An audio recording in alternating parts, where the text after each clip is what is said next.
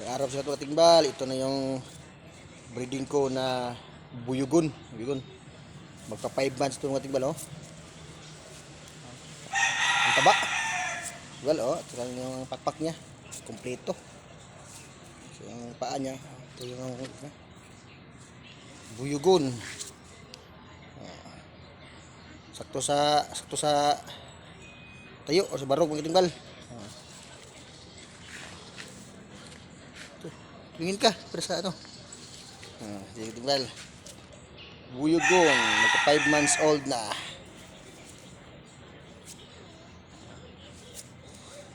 Bago ko ito pinakain sa umagahan mga katimbal. Buyugon. Siguro next year, mga April or May, isasalag ko dito sa buwangan mga katimbal o sa tarian na. Buyugon. Oh, ba. Katimbal. Thank you for watching. More power. God bless. Ingat po palagi mga katimbal.